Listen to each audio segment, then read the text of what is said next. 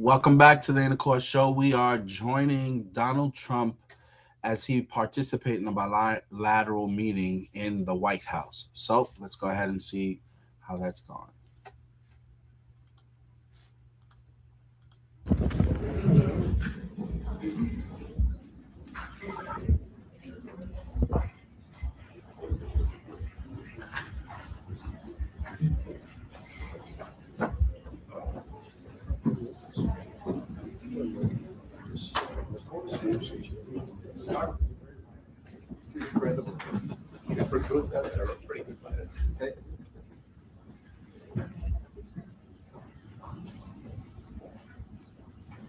Well, thank you very much, everybody. We have a meeting with a man who's become a friend of mine, and we've known each other for a little while and some very interesting times.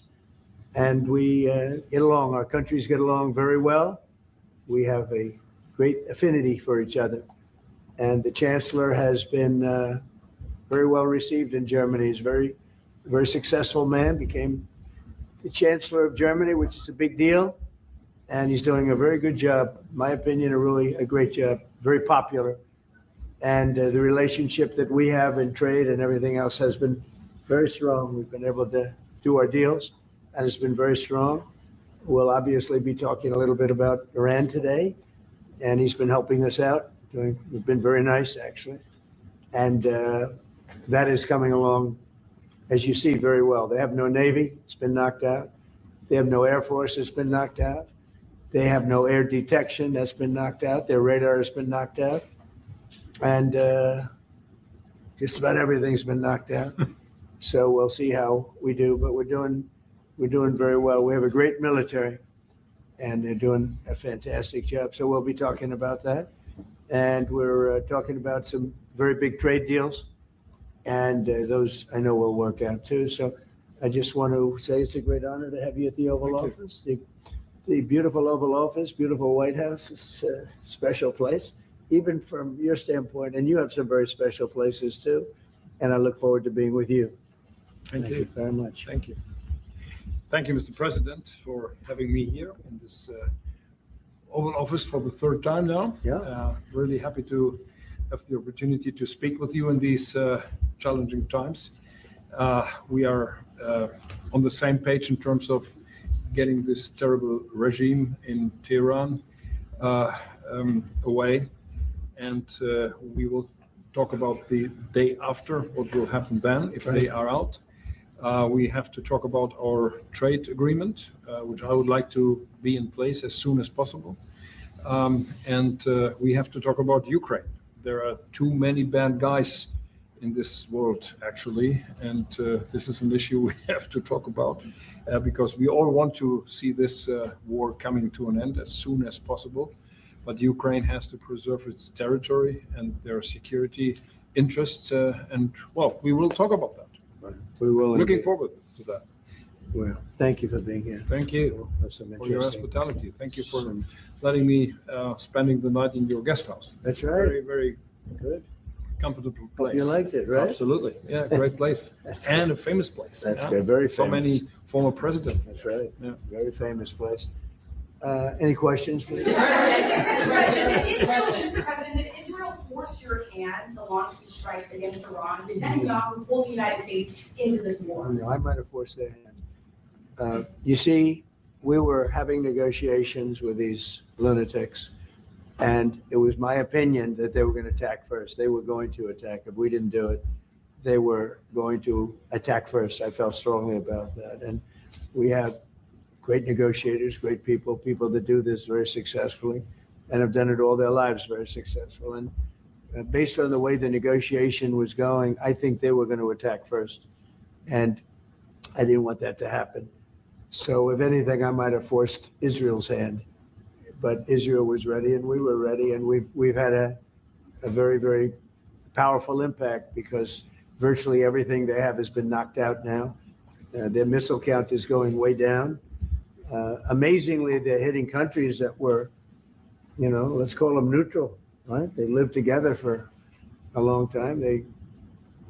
I think they were surprised. I was surprised. And now those countries are all fighting against them and fighting strongly against them.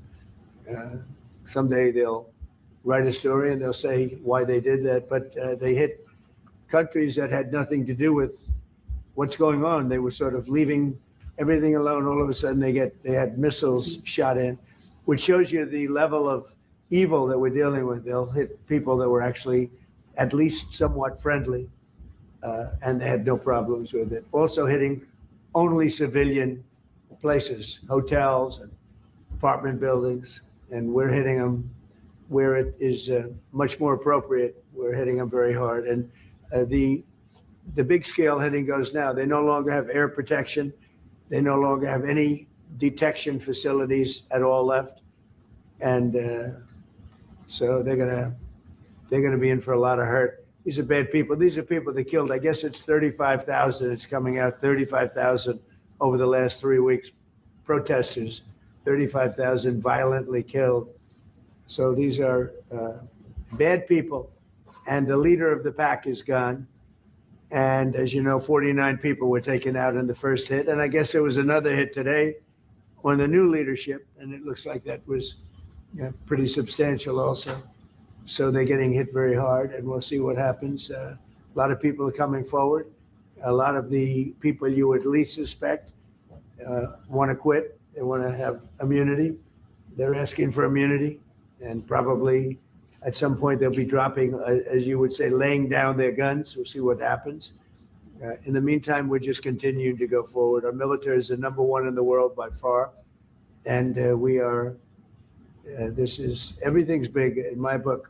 Venezuela was big. This is big. The original hit, Midnight Hammer, was big. Everything you view is big, but it's not considered very big by some standards, by some of our standards. We have a military like no other military that's ever been built. So we got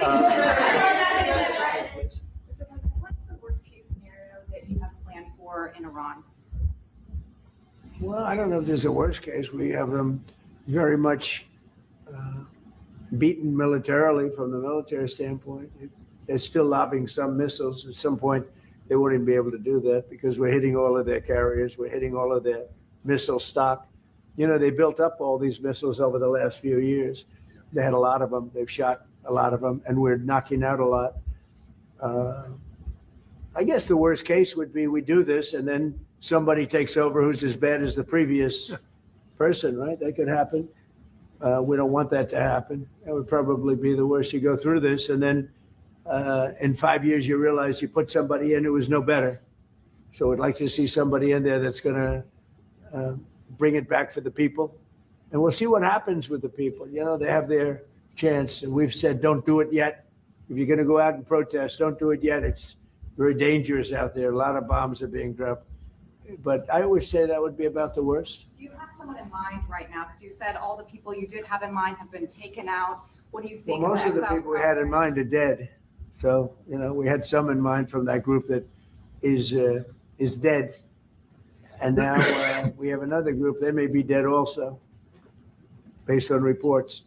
So I guess you have a third wave coming in. Pretty soon we're not going to know anybody.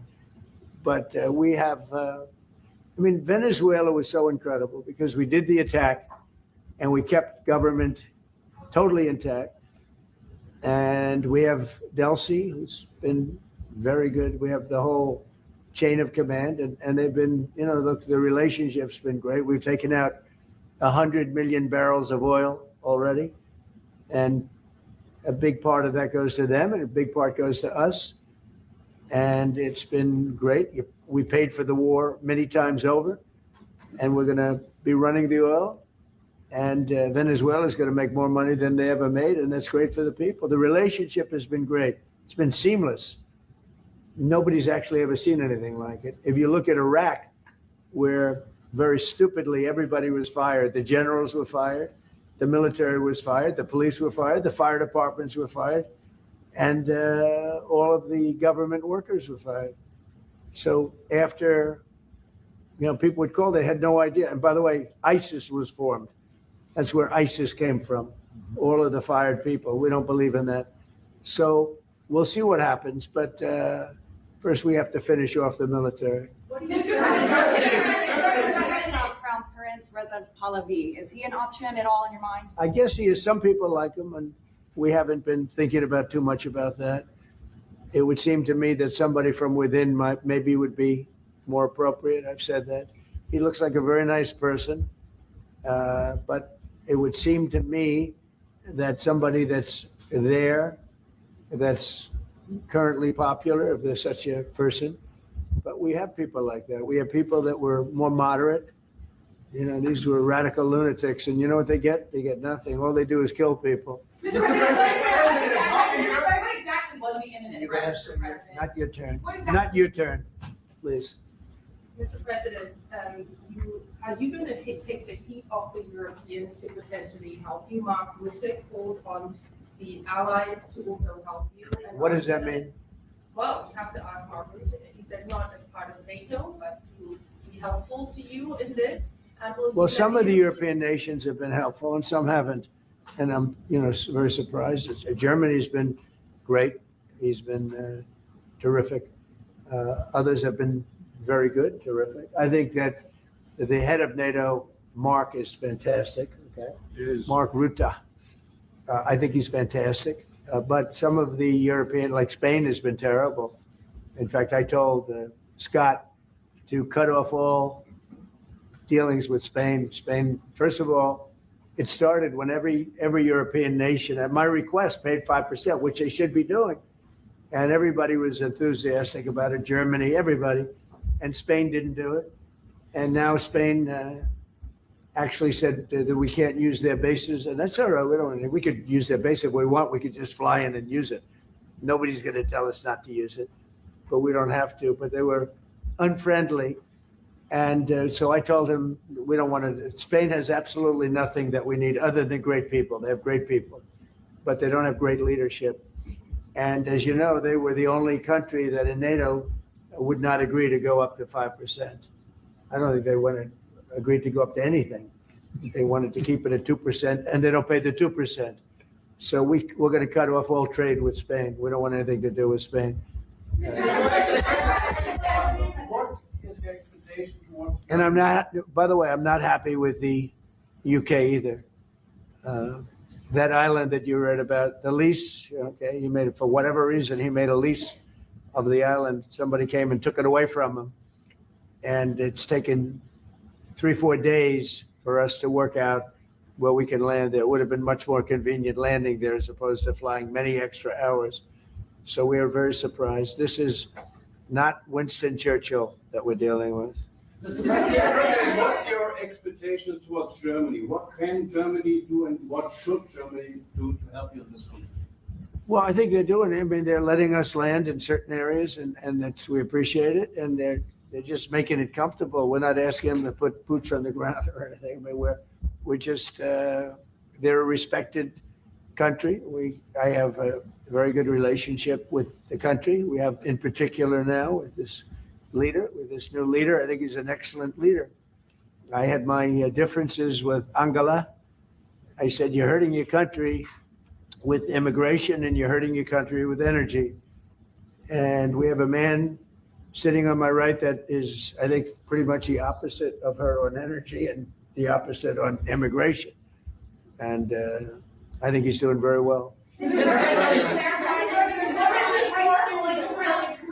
Travel right now is severely restricted in the Middle East, and thousands of Americans are stranded. Why wasn't there an evacuation plan, and will you send planes to get people out? Well, because it happened all very quickly. We thought, and I thought maybe more so than most, I could ask Marco, but I thought we were going to have a situation where we were going to be attacked. They were getting ready to attack Israel. They were getting ready to attack others. You're seeing that right now. And a lot of those missiles that are hitting in, those are stationary. Those were aimed there for a long period of time at these other countries. So I think I was right about that. We attacked first. And if we didn't, it could have been, look, we're really decimating them. They're being decimated. And if we didn't, and by the way, we have massive amounts of ammunition. We have the high end. A lot of it was given away stupidly by Biden, very stupidly, for free. And I'm all for Ukraine, but they gave away a lot. As you know, when I give away ammunition, everybody pays for it. The European Union's paying for it. Then they can do what they want with it, but they are giving it, let's say, to Ukraine, and it's okay. But we gave away a lot of high end, but we have plenty. But we have unlimited middle and upper ammunition, which is really what we're using in this war. And we have really an unlimited supply. We also have a lot of the very high end stored in different countries throughout the world.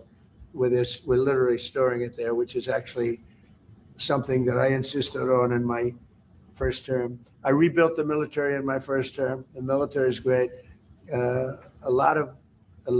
Unbelievable amount of ammunition or munitions, as they say, we're giving away to, the Wall Street Journal incorrectly covered the story when they said that it was given away to the Middle East. Not to the Middle East, it was given away to Ukraine. Very little was given to the Middle East. The Middle East would buy a lot, and some of the nations, because they're rich, they have a lot, but it was given away to Ukraine.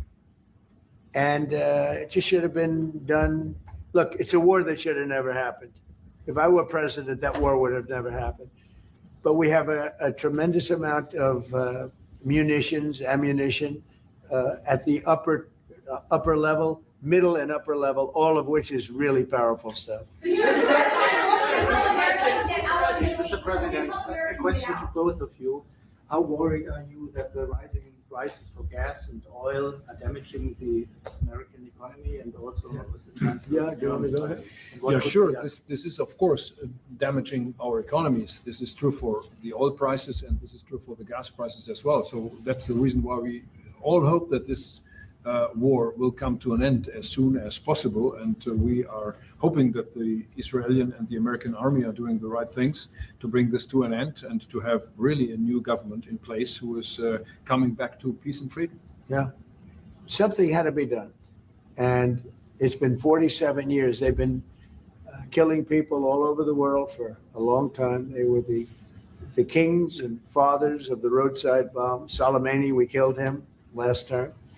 If we didn't, I think it might be a different story today. They would have been much stronger and smarter than they are.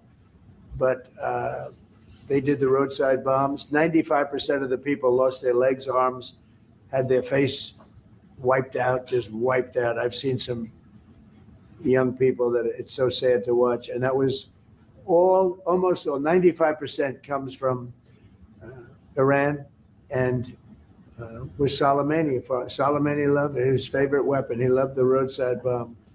And when you see people walking around with no legs and no arms and a face that's been blown to hell, these people, what they have to go and the way they have to live, this is Iran. When you look at the barracks, the famous barracks, when you look at the hostages, when you look at a lot of hostages, when you look at all of the problems, they were really a purveyor of terror all over the world for many, many years. And it's something that had to be done, and I believe that if we didn't, because I see where Congress, if I didn't do this, guys like Schumer, who are losers, the Democrats, they're losers. That's why they're not here. Guys like Schumer would say, well, you should have done this. In other words, if I did it, it's no good. If I didn't do it, they would have said the opposite, that you should have done this. But most people feel, I tell you what, I have never had more compliments on something I did. People felt it's something that had to be done. So if we have a little high oil prices for a little while, but as soon as this ends, those prices are going to drop, I believe, lower than even before. Could Go something Go ahead, please. Mr. President, Yes. how do you want to solve the conflict on tariffs between the EU and the US? And this was Between who? The conflict on tariffs between the EU and the US. How do you want to solve? And U.S. and who? EU, European Union. Union. How do you want to Well, That should also go to- we won on tariffs, actually. Somebody said you actually won the case. We won on tariffs. We had a decision that was wrong. It was a very bad decision from certain standpoints. From other standpoints, a very powerful decision because it reaffirmed all the fact that we have all these various forms of tariffs that we felt right, but it totally reaffirmed it. It said you can use all of these tariffs. So we have all these vast menus of tariffs, and tariffs have made our country very rich. We have to charge tariffs to nations who play with their money. They move their money up and down like a yo-yo. We have to take care of nations that have been good to us and fair to us, and we're going to take care of them. Other nations, they haven't, and we haven't let them take advantage of us. But the whole thing with tariffs is we had a decision that, like, as an example, we have a license situation, and the license is something that allows us to immediately stop all business with, nobody even knew we had this power, but we do now because of the decision.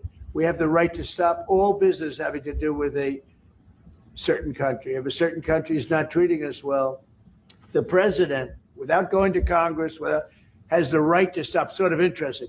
I have the right to stop, but under that one law, I didn't have the right to charge them. So I have the right to license them, but I don't have the right to charge, which is frankly ridiculous. But the right was given to us by the Supreme Court. And we have the right, as an example, we talked about Spain. I could tomorrow stop, or today, even better, stop everything having to do with Spain. All business having to do with Spain. I have the right to stop it. Embargoes, do anything I want with it. And we may do that with Spain. What do you think? Well, sir, I think we're going to talk about it with you. I know that you have a strong power. So we clarify. We know you can use it. And if you need to use it to assure national and economic security, we'll do it. Scott, do you have an opinion? Sir, I agree. The Supreme Court reaffirmed your ability to implement an embargo. And as we've talked, from your first term, the Section 301s and the 232s have withheld more than 4,000 lawsuits. And USTR and Commerce are going to begin investigations, and we'll move forward with those. And we've instituted the 15% tariff on everybody, as you know. And just used, I'll tell you, we had a couple of paragraphs written in that opinion that were really incredible. Justice Kavanaugh wrote a fantastic dissent, but in his dissent, he said what we should do, and we knew that too. We just wanted to simplify it, and for some reason, I think, very, very foolishly, the courts decided no, but they said you can do it many other ways, and that's what we're doing. And what we've done is we've gone to a very simple, straight 15% tariff. We've taken in hundreds of billions of dollars in our country because of tariffs. So we've taken in all of this money, hundreds of billions of dollars, and honestly, it's made us very rich as a country, right? So it's been doing good. When will you have the full plan implemented? We have a 5-month period, up to 5 months, where we can go at 15%. And while we're doing that, as you know, we're doing the various studies and things, and we'll be coming out with different tariffs on different countries. You want to talk about that, Fisher? Yes, sir. By the time the 5-month period has elapsed, we've completed investigations under Section 301, which Secretary Besson talked about. We know there are countries out there with deals who are very interested in keeping the deals. We need to go through and investigate all these unfair trading practices, the kinds of things you talked about, and make sure that we're protecting U.S. economic security. We know there are countries. How are we going to treat Germany? Well, I think you should hit them very, very hard. Union is right there. So, they have expressed an interest. Germany's been quite constructive in wanting to move forward and be helpful. The rest of the EU will talk to them as well. But obviously, I will say every single country wants to make the deal they already have. In other words, a deal that we have using the other authority, they want to make the same deal. And we'd like to see, actually, we're going to adjust it somewhat upward, actually, but they all want to stay in the deal. And so we'll probably be able to do that pretty easily. For Ukraine, after all, Iran won't be able to deliver drones to Russia anymore. So what does this war mean to Ukraine? And having Chancellor Merz sitting next to you, who would you call if you want to talk to Europe? And Chancellor Merz, you've just been in China, the president. Who are you? What country are you from? I'm from Germany. Okay, I thought so. I could see. So, Mr. Chancellor, you have been in China, and the president she likes you. In China, I don't know. Will you be talking about China as well during this visit? We'll be talking about China, yeah. And what about you? I'll be going to China in a little while. Every time you meet, you talk about China. We respect China. I do. We both do, I think. But it's always a topic of conversation. We've had a very good relationship with China. We used to lose a tremendous amount of money with China, and that's no longer the case. We have a very, very good relationship with China, and we have a very good relationship with Germany. All right. Thank you, Mr. President. We've seen countries around the world, many of whom don't usually work together, working with the United States on Iran, whether it's Saudi Arabia working with the United States, Israel, Qatari shooting down Iranian aircraft, and we've also seen European countries step up. Why are we seeing such unity around the world against Iran? That's a great point. Look, they're just evil. They're it's not the politics; it's their whole philosophy. It's their whole where they come from. It's terrible. Where they killed 35,000. I thought it was 32. Now it turns out it's much more than 35,000 people, and in some cases using machine guns with people that have no weapon. They have no weapon, and they're being machine gunned. They're being sniped from buildings. They're hitting the people with snipers right through the eyes. It's just a very evil ideology, and nobody's really seen anything like it. As I said, even the fact that they've attacked all of their neighbors, and the neighbors weren't attacking. They thought they'd maybe sit it out or what. They've hit Qatar. They've hit UAE, they've hit Saudi Arabia, they've hit Oman. They were helping us negotiate. They got hit. Everybody got hit because they're evil and they're bad. It's a bad seed, and somebody had to do it. And it should have been done sometime during a 47-year period because so much death has been caused by them, so much unbelievable death. From Germany too. Germany's been hit. Everybody's been hit by them. It's an evil ideology, and I've never been. Look, I've done a lot of good things. So many people are saying thank you, thank you, thank you. You see it in the streets of Los Angeles. They have thousands of people. I saw it the other day. Pictures of Donald Trump, and I'm looking. I'm on the phone, probably talking to you, and I'm looking, and I see my picture. I say, oh no, it's another, protest. I see and then I started saying, boy, they were very friendly people. And then I saw a woman hugging the picture of me. I said, what's going on? And it turned out to be these are Iranian people that live in the United States. So many. Thousands and thousands. You saw the rallies. And in New York, too, they had a big rally. My pictures all over the place. The fact is that people are happy what we did. And you could never, and I've always said it, you could never have had true peace in the Middle East if Iran was allowed to go, even beyond the nuclear. If Iran was allowed to have look at all the missiles they built. A lot have been now taken out by us, and a lot have been expended. But they had thousands of missiles in a fairly short period of time. And I'll go two things.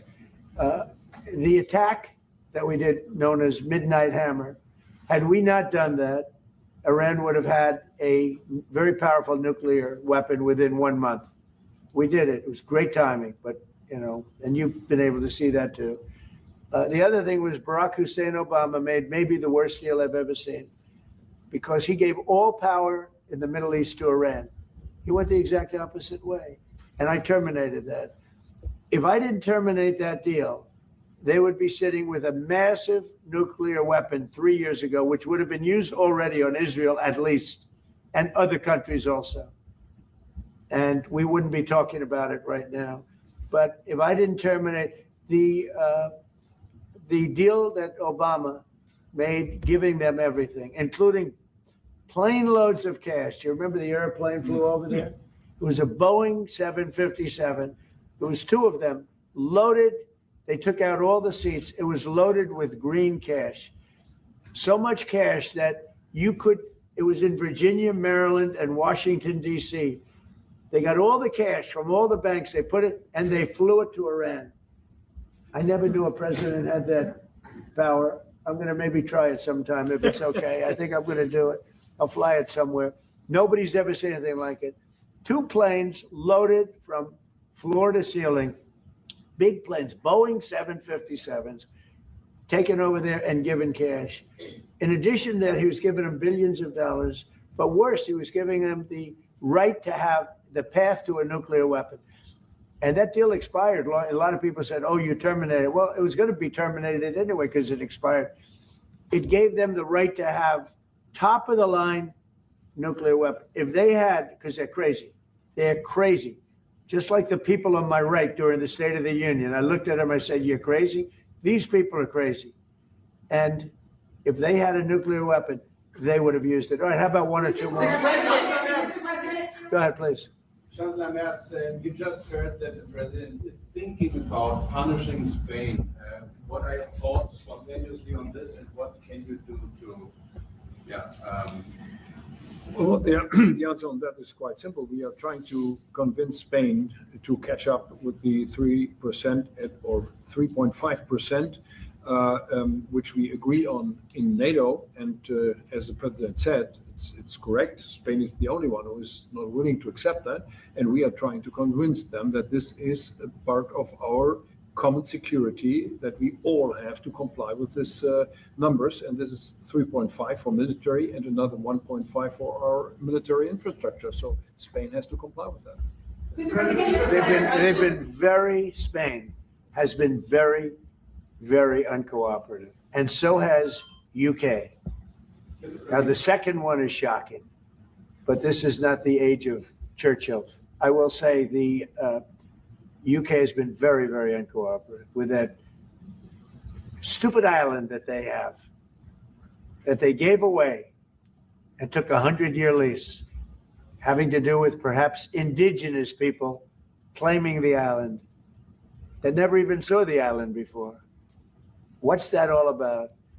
And they ruin relationships. It's a shame. It's and that country, UK, and I love that country. I love it. My mother was born there. I love it. My mother was born there. My father was born, right? He knows all about my father. My father was born there. So, very places that you sort of automatically very, very feel warmly about. But the UK, what they're doing with energy and what they're doing with immigration is horrible. You have the North Sea. Somebody said yesterday, what would you do if you were in the UK? Open up the North Sea. They got windmills all over the place that are ruining the country, ruining the landscapes, ruining the beautiful fields. Open up the North Sea. It's one of the greatest. Think of it. They buy their energy from Norway, which gets the energy, the oil, from the North Sea.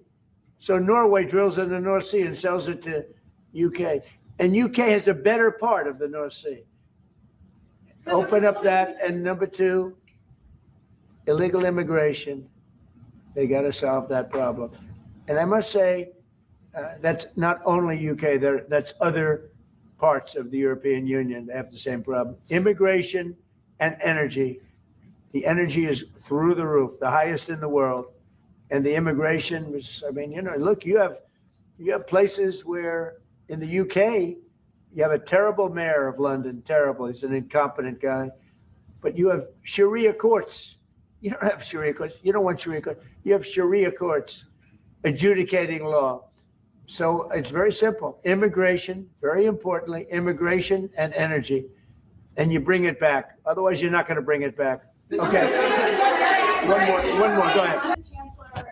Chancellor Merz, Yeah. You've called for unity and joint force in this moment against Iran. What does that look like to you? And then, Mr. President, where is getting a deal with Russia and Ukraine on your priority list right now?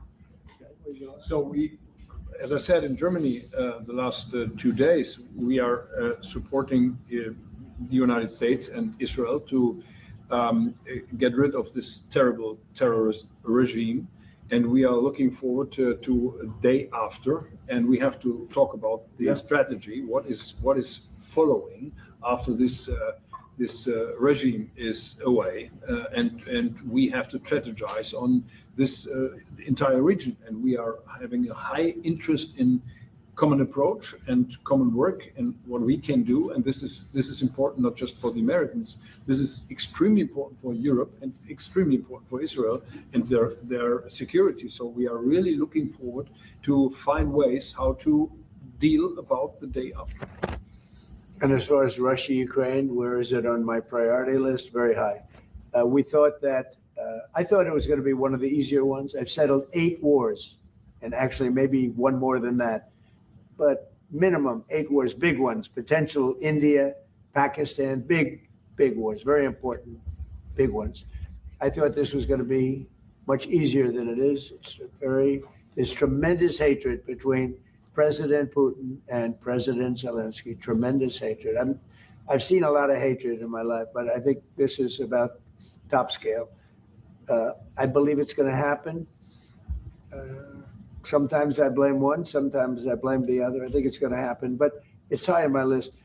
Not in that it affects the United States so much because it's very far away, but last week and for the last 4 weeks actually, 32,000 soldiers died. 32,000, and it's been averaging 25 to 30,000 soldiers a month have been dying in that stupid war. And I'd love to see it ended. It's the worst that there has been since World War II. If you can't get a deal, what will that mean for you? All you can do is do your best. It takes 2 to tango. And they have to get along. They have to be able to talk to each other. They hate each other a lot. That has an impact, It really has an impact. It's bad for both. The saddest is that if the election weren't rigged, my election, that war would have never taken place. And you know what else wouldn't have taken place? Allowing 25 million people to pour through an open border. That wouldn't have taken place. A lot of things would have been different. But we're doing very well. And I think a big factor in this world and future factor is what we're doing right now with Iran. If we don't stop them, or if we didn't stop them, or if we didn't start, they've been decimated. But if we didn't do what we're doing right now, you would have had a nuclear war and they would have taken out many countries, because you know what? They're sick people. They're mentally ill, sick people. They're angry.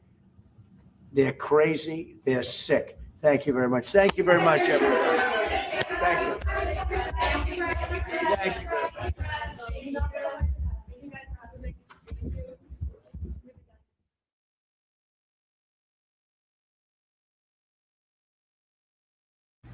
Okay, that was Donald Trump in the press conference. Thank you guys for joining us. If you're not connected to the Intercourse Show, like and subscribe and stay connected.